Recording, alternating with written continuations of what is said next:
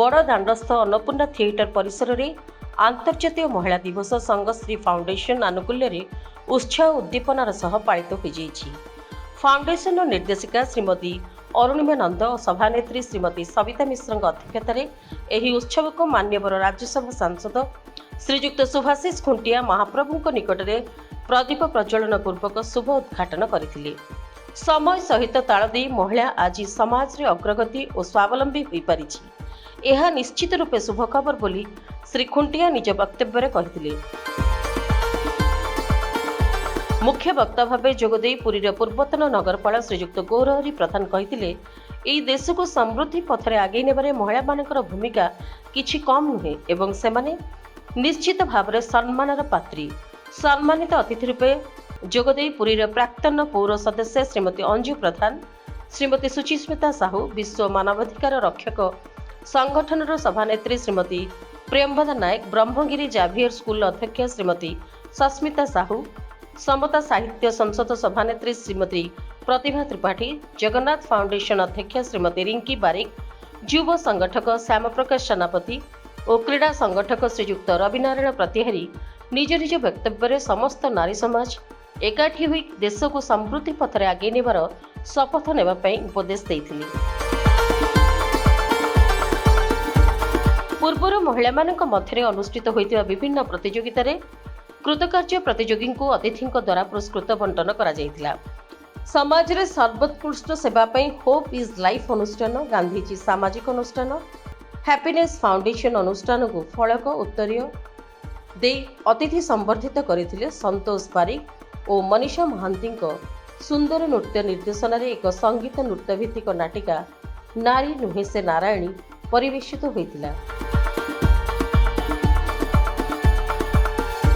मनीषा कला परिषद तरफ नृत्य परिवेशित होइतिला और अंकिता अनुपमा निर्देशन रे भारतीय संस्कृतिर झलक कलाकार माने प्रदर्शित करथिले। चलित वर्ष मिस सुश्री होइछंती सुश्री ऐश्वर्या साहू और रनर्स अप होइतिले अंकिता दे।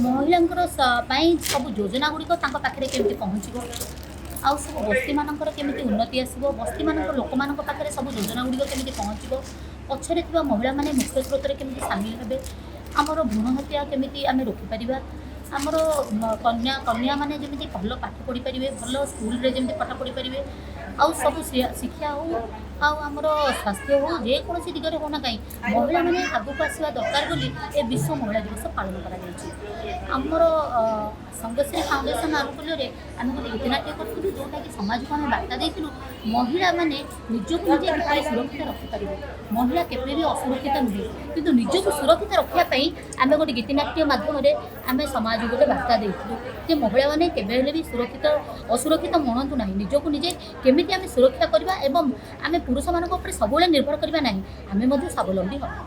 आज वार्ता थिला केमिति आमे समस्ते एकत्रित हुई नारी समाज केमिति स्वावलंबी हेबा, पुरुषों को ऊपर आमे निर्भर करबानी, आमे हमर आगे जबा समाज रे निजर मध्य किछि जिंस को जे कर्तव्य को हाथ को नबा।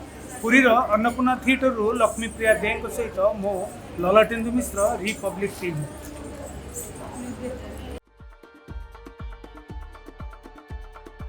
ललाटेन्दु मिश्र और ममता मिश्र सुंदर मंच परिचालना करथिले।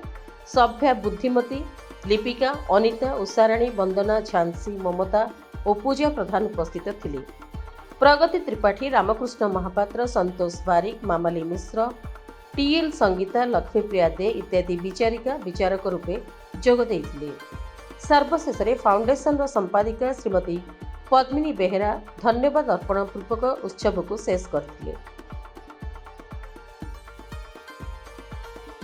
Bureau report, PS news Bharat.